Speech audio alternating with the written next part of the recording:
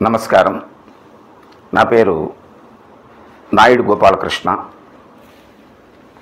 హస్త సాముద్రిక శాస్త్రం గురించి సామాన్యులకు కూడా తెలియాలి. హస్త సాముద్రిక శాస్త్రంలో అనేక విషయాల గురించి మన పూర్వీకులు చర్చించి ఉన్నారు. అయితే హస్తం ప్రతి వ్యక్తికి ఉంటుంది కనుక, అంటే ప్రపంచంలో పుట్టిన ప్రతి వ్యక్తికి పుట్టుకతోటే హస్తము, అరచేయి అంటాం మనం. అరచేతిలో ఈ క్షేత్రము, దీంట్లో రేఖలు అంటే బీజాలు. క్షేత్రము యొక్క అంటే అరచేయి యొక్క స్వరూపము, దాని స్వభావము. బీజాలు అంటే అరచేతిలో ఉండేటువంటి రేఖలు, గుర్తులు. ఇవి ప్రతి వ్యక్తికి కూడా ప్రత్యేకంగా ఉంటాయి.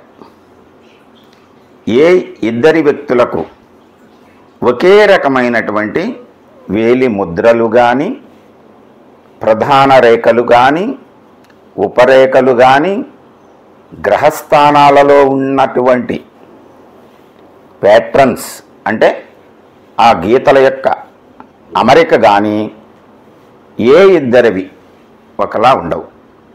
ఏ ఇద్దరివని పదే పదే ఎందుకు చెప్తున్నానంటే, ఒక తల్లి గర్భంలో కొన్ని సందర్భాలలో ఒకే బీజము నుండి, అంటే ఒక బీజము రెండుగా విభజన జరిగి ఇద్దరు ట్విన్స్ కవల పిల్లలుగా జన్మించినప్పుడు ఆ విభజన జరిగేటువంటి అతి తక్కువ సమయం, అంటే సెకనులో కూడా విభజించేటువంటి ఆ సమయంలో ఆ రెండు బీజాలకి మన కర్మానుసారం జన్మించిన తరువాత మనము ఏ ఏ వ్యక్తులతోటి ఏ ప్రదేశాల్లో ఎవరితోటి బంధాలుండి మనం జన్మించాలో, జన్మించిన తరువాత కాలానుగుణంగా వయసు పెరిగినప్పుడు ఏ వయసులో ఏ విధమైనటువంటి వృత్తి, వ్యాపార, విద్య, సాంకేతిక, సామాన్య విషయాలను మనం అభిరుచి కలిగి ఆకలింపు చేసుకుని ఎదుగుతున్నప్పుడు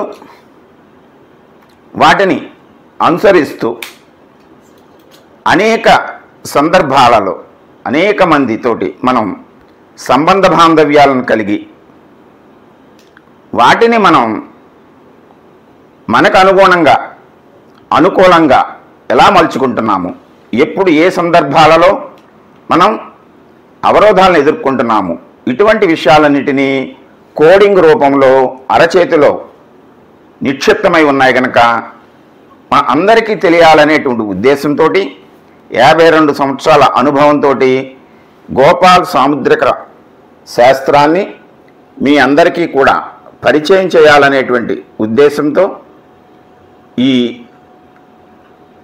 ఈరోజు నేను ఈ యూట్యూబ్ ఛానల్ ద్వారా ప్రతి ఒక్కరికి, అరచేయి ఉన్నటువంటి ప్రతి వ్యక్తికి ఈ శాస్త్రం తెలియాలనేటువంటి సంకల్పంతో దీన్ని మీ ముందుకు తీసుకువస్తున్నాను. నమస్కారం. ఈ వీడియోల ద్వారా కొన్ని విషయాలు మీకు తెలియజేస్తాను. వాటిని మీరు దృష్టిలో పెట్టుకుని ఎవరికి వారు స్వీయ పరిశీలన చేసుకోవడానికి, తమ కుటుంబ సభ్యులకి వాటిని చక్కగా వివరించడానికి నా ఈ శాస్త్రం, నేను నేర్చుకున్నటువంటి విషయాలు ఈ యూట్యూబ్ ఛానల్ ఉపయోగపడుతుందని ఆశిస్తూ మరొక వీడియోలో మనం కలుసుకుందాం. నమస్కారం.